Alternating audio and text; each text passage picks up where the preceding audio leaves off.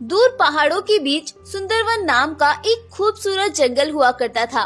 उस जंगल में काफी सारे जानवर खुशी खुशी अपना जीवन गुजार रहे थे। उसी जंगल में मीनू नाम की एक शेरनी अपने बेटे भोला के साथ रहती थी। शेरनी का बेटा भोला बहुत ही जिद्दी और कम अकल था। उसे आज तक भी अच्छे बुरे की समझ नहीं थी। बस उसके जो भी मन में आता था वो कर जाता था। उसे उसके काम से होने वाले नुकसान की कोई परवाह नहीं थी।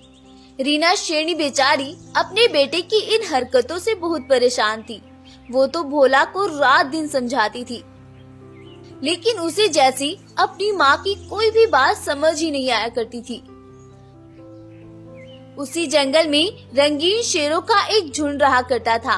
वो रंगीन शेर सभी के सभी बहुत ही कपटी और लालची किस्म के थे और वो हमेशा ही रीना शेरनी के बेटे को अपनी गुफा पर बुलाकर उससे शिकार मंगवाते और जंगल के जानवरों को परेशान करवाया करते थे।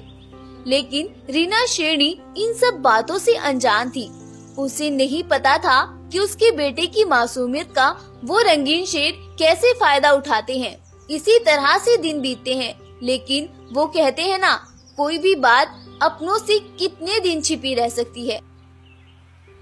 एक दिन एक हिरन रीना शेरनी के पास दौड़ती हुई आती है और वह रीना शेरनी से बोलती है, शेरनी बहन, क्या आपको पता है कि वो रंगीन शेर आपके बेटे से क्या क्या करवा रहे हैं? रीना शेरनी तो इस बारे में कुछ भी नहीं जानती थी, इसीलिए वह बोलती है, अरे हिरन बहन, किन रंगीन शेरों की बात कर रही हो तुम, और वो क्या करा रहे हैं मेरे बेटे से?